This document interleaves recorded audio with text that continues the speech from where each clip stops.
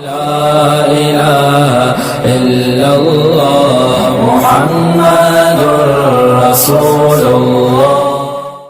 کسی خاتون کا فون آیا، وہ مجھے طارق چوغتائی سمجھ کے فون کر رہی تھی۔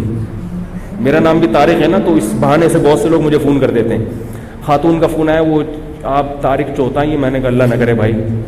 میں نے کہا خیر مسئلہ، کہہ رہی وہ آپ نے ایک وظیفہ بتایا تھا، اس سے میری ایک بچی کی شادی تو ہو گئی، 2 بچیاں رہ گئی ہیں، ان کے لیے بھی بتا دیں۔ میں نے کہا کہ اللہ کی قسم وہ اس وظیفے سے نہیں ہوئی تھی، وہ ویسے ہی ہو گئی تھی، باقیوں کی بھی دعا کریں ویسے ہی انشاءاللہ ہو جائے۔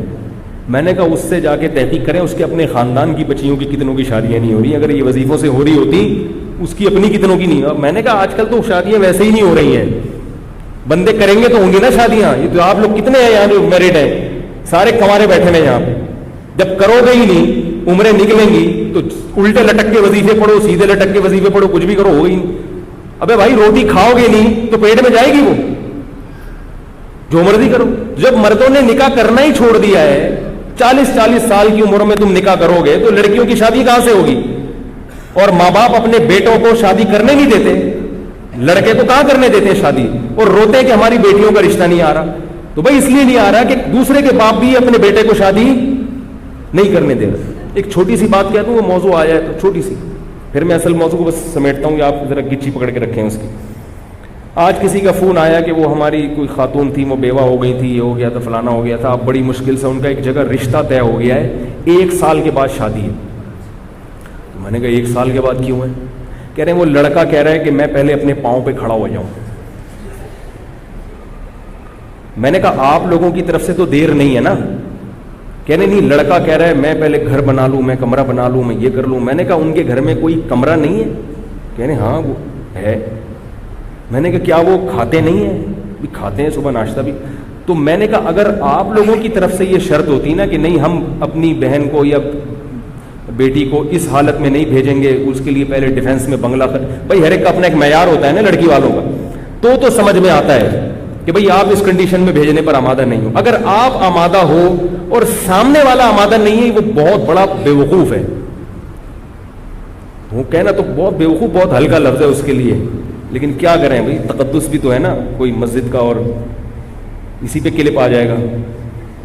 تو پاگل ہے بھائی، جب مرد کو عورت کی ضرورت زیادہ ہوتی ہے۔ میں نے کہا 1 سال وہ بندہ بیوی کے بغیر، عورت کے بغیر گزارا کیسے کرے گا؟ ہماری سمجھ میں نہیں آتا بھائی اس ماحول میں۔ جب تمہیں لڑکی خود اپنے حقوق سے دستبردار ہو رہی ہے، وہ کہہ رہی ہے کہ بھائی میں اسی روکھی سوکھی میں تمہارے ساتھ گزارا کر لوں گی، تو لے آؤ یار، فوراً لے آؤ جا کے۔ بولو بھائی ٹھیک ہے، اور کیا چاہیے، گھر بھی بنتا رہے گا، تنخواہ بھی ہوتی رہے گی۔ یا تو وہ راضی نہ ہوتی نا، تو میں نے ان کو فون پہ کہا، میں نے کہا اللہ کا بہت بڑا فضل ہو گیا کہ اللہ نے مجھے مولوی بنا دیا، ورنہ میں بھی ایسا مخنچو ہوتا۔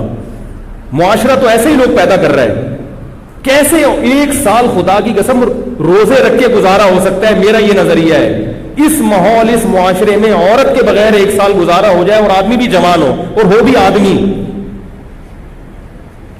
بھی ہو، اور 1 سال عورت کے بغیر وہ گزارا کر لے، اس کو لیبارٹری میں لے جا کے رکھ دو، اس کو گینز بک آف ورلڈ میں اس کا نام لکھوا دو۔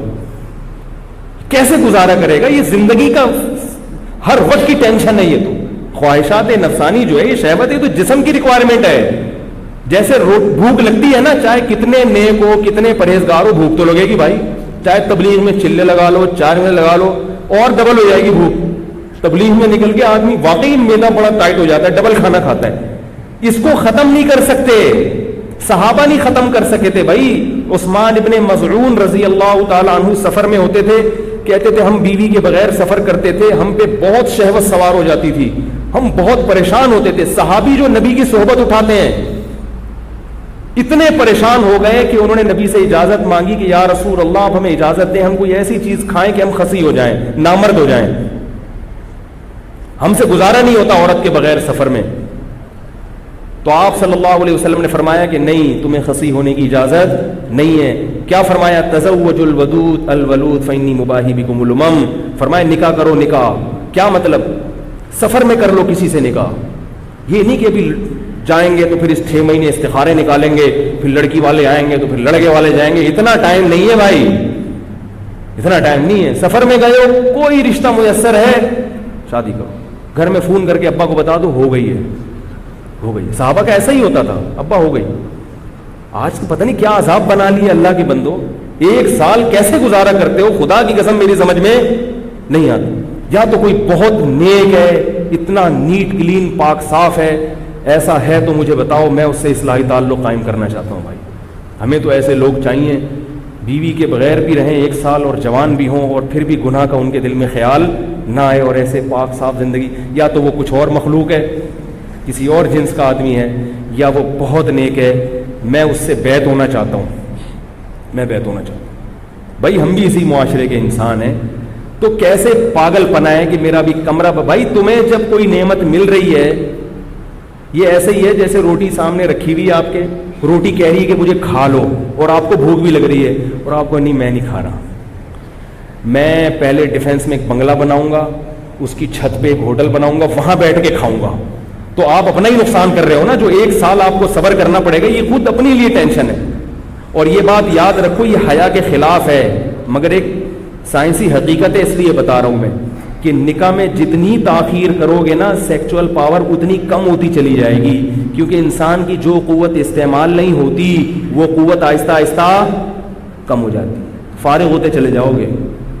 یہ میڈیکلی آپ کو جسمانی نقصان ہوتا ہے, کیونکہ جو قوت آپ کی استعمال نہیں ہو رہی نیچرل طریقے سے, گناہوں میں نہیں, حلال اور نیچرل جو طریقہ ہے, اگر نہیں ہوگی تو آہستہ آہستہ آپ کی جسم اس معاملے میں کمزور, اوپر سے بڑے ہٹے کٹے ہو گئے, باڈی بلڈر بنا ہوا ہے, کٹس دکھا رہا ہے لوگوں کو, لیکن اندر سے کیا ہو جائے گا, مردانہ قوت اس میں آہستہ آہستہ ختم ہو جائے گی.